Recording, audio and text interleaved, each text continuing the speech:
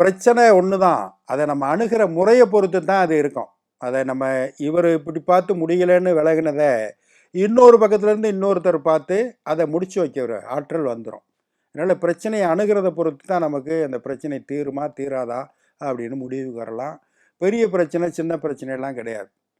ஒரு மட ஆலயம், அந்த மட ஆலயத்தினுடைய அதிபராக ஒரு சாமியார் அதை கட்ட ஆரம்பித்தார். புதுசாக ஆசிரமத்தை கட்ட ஆரம்பித்தார். கட்டடம் தொழிலாளிகள்லாம் வச்சு கட்ட ஆரம்பித்தார்.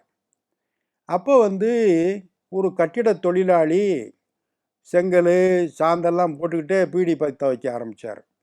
பக்கத்தில் இருக்கவன் திட்டினான், யோ இது புனிதமான இடம், இந்த வேலை பார்த்துக்கிட்டு நீ பீடியெல்லாம் குடிக்கக்கூடாது, வேணும்னா போய் சாமியார்கிட்ட பெர்மிஷன் வாங்கிட்டு வா, அதுக்கப்புறம் பண்ணு அப்படின்னு சொன்னாங்க. கட்டட தொழிலாளி நேராக சாமியார்கிட்ட போனார்.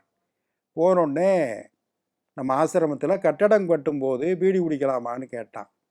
நோ, கட்டடம் கட்டும்போது எந்த வேலையும் செய்யக்கூடாது, அதனால் அனுமதி கிடையாது அப்படின்ட்டார். வந்தான். என்னப்பா சொன்னாருன்னு ஒருத்தன் கேட்டான். இப்படி சொன்னாருன்னு அவன் சொன்னான். இரு நான் போய் பெர்மிஷன் வாங்கிட்டு வரேன் அப்படின்னு இவன் போனான். ஒரே பிரச்சனை தான்.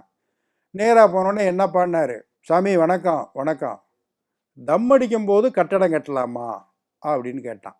அவன் என்ன கேட்டான், கட்டடம் கட்டும் போது பீடி குடிக்கலாமான்னு கேட்டான். இவன் கேட்டான், பீடி குடிக்கும் போது கட்டடம் கட்டலாமான்னு கேட்டான். உடனே அவர் சொன்னார், எந்த வேலை செஞ்சுக்கிட்டு இருந்தாலும் கட்டடம் கட்டுவது நின்று விடக்கூடாது, அது ரொம்ப முக்கியம். நீ தம்மடி சும்மாரு அதெல்லாம் கிடையாது, கட்டட வேலை நிற்கக்கூடாது, அதுதான் ஏன் நோக்கம். நீ எதை பண்ணி எதையும் செஞ்சிரு, கட்டடம் மட்டும் நிற்கக்கூடாதுன்னார்ல. பெர்மிஷன் கிராண்டட், போ தம்மடி கட்டடத்தை கட்டு அப்படின்ட்டான். ஒரே வார்த்தையே முன்னாடி போட்டான் பின்னாடி போட்டான், பெர்மிஷன் வாங்கிட்டு வந்துட்டான். வாழ்க்கையே அப்படித்தான், பிரச்சனைகளும் அப்படித்தான். ஒரே பிரச்சனை, இவர் எப்படி அணுகிறார் அவர் எப்படி அணுகிறார், அதை பொறுத்து நமக்கு வெற்றியும் தோல்வியும் காத்துக்கிட்டு இருக்கோம். வெற்றியே அடைவோமே. அடுத்த ஒரு நிகழ்வில் சந்திப்போம். இந்த நாள் இனிய நாளாக அமைய நல்வாழ்த்துக்கள். வணக்கம்.